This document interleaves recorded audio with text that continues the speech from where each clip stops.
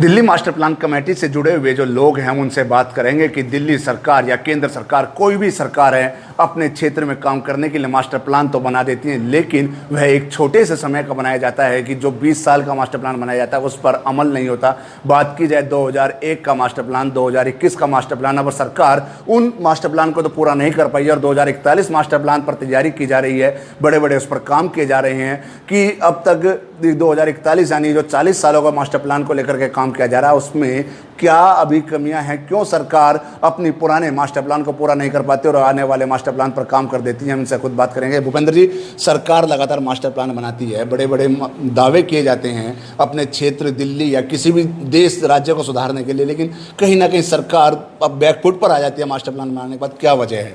Major कारण जो मुझे लगता है, एक तो जो मास्टर प्लान में जाते हैं उसका प्रॉपर रिव्यू नहीं हो पाता। रिव्यू रखे जाते हैं मगर उसमें अकाउंटेबिलिटी नहीं होती। जो रिव्यू के अंदर डेट निश्चित की गई हैं उनकी अकाउंटेबिलिटी क्या है कि हमने ये काम इस साल में पूरे करने हैं। 20 साल का बन गया 5 साल में तोड़ के, फिर 1 साल में, फिर महीने में, इस तरह से काम आगे बढ़ना चाहिए। तो उसका रिव्यू प्रॉपर हो और उसकी अकाउंटेबिलिटी हो। अकाउंटेबिलिटी होगी तो अफसरों को भी जवाबदारी होगी। दूसरा एक बड़ा कारण है कि हमारी जो अफसरशाही है वो हर 2 साल में, डीडीए के पहले तरुण उदय प्रताप जी थे और उसके बाद तरुण जैन जी आ गए, अब अनुराग जैन जी हैं जो वीसी वाइस चेयरमैन हैं। तो हर 2 साल में 1.5 साल में कभी भी इनके ट्रांसफ़र हो जाते हैं। वो एक अफसर आके समझता है, पूरी पॉलिसी समझ पाता है, इतनी देर में उनका ट्रांसफ़र आ जाता है। ऐसे ही छोटे कमिश्नर स्तर के अफसर हैं, उनको भी 1-1, 1.5 साल में बदल दिया जाता है। तो वो पूरी तरह से मास्टर प्लान में जेल भी नहीं हो पाते या पॉलिसियों को इम्प्लीमेंट करने में, तो वो अपना फिर पूरा 100% वो भी नहीं दे पाते। तो एक तो ये अफसरशाही इस तरीके से बनाई गई है कि उसको लागू करने में दिक्कत है।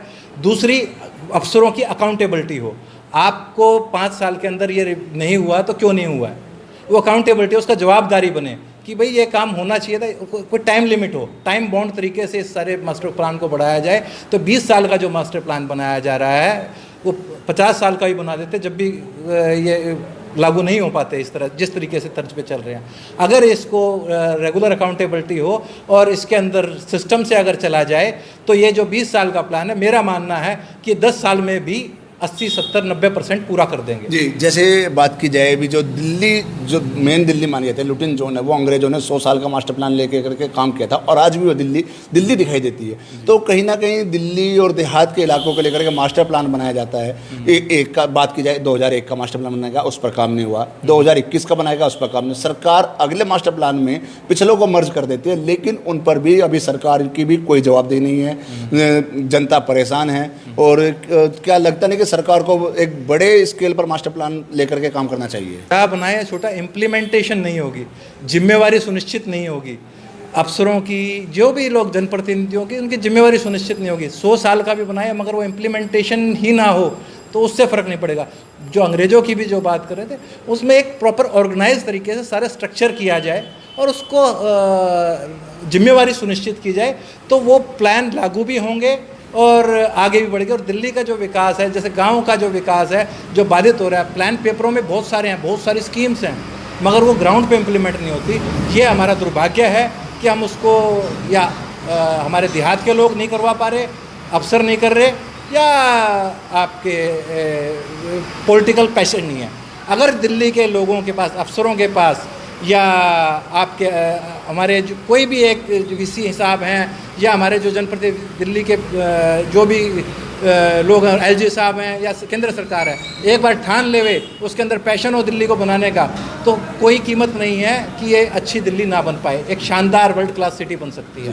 लेकर पॉलिसी बनी है अभी GDA policy, green development area policy, जो भी 70 गाँव में लागू होती है, मगर ये अभी पिछली 13 तारीख को एलजी ऑफिस में एजेंडे में शामिल थी, मगर लास्ट मोमेंट पे इसको एजेंडे से हटा लिया गया और अब इस महीने की अथॉरिटी मीटिंग में भी इसके लागू या अप्रूव होने के आशा नज़र नहीं आ रही है।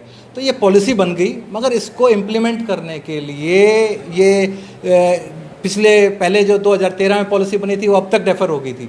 मतलब अभी तक चली रही थी, अब दोबारा नई पॉलिसी बनी है, अब ये भी इम्प्लीमेंट नहीं होगी, तो ये कहीं ठंडे बस्ते में ना चली जाएं ये चीज़ें। इसको इम्प्लीमेंट करने के लिए लगातार अफसरों को प्रयास करने पड़ेंगे और इनको ठंडे बस्ते में डालने की बजाय इसको आगे बढ़ाना पड़ेगा। जब ये दिल्ली का विकास होगा, गाँव का विकास होगा, सब लोग में सुख शांति बढ़ेगी, लोगों में हर्षोल्लास बढ़ेगा कि वहाँ पे डेवलपमेंट होती है, लोगों को रोजगार मिलेंगे।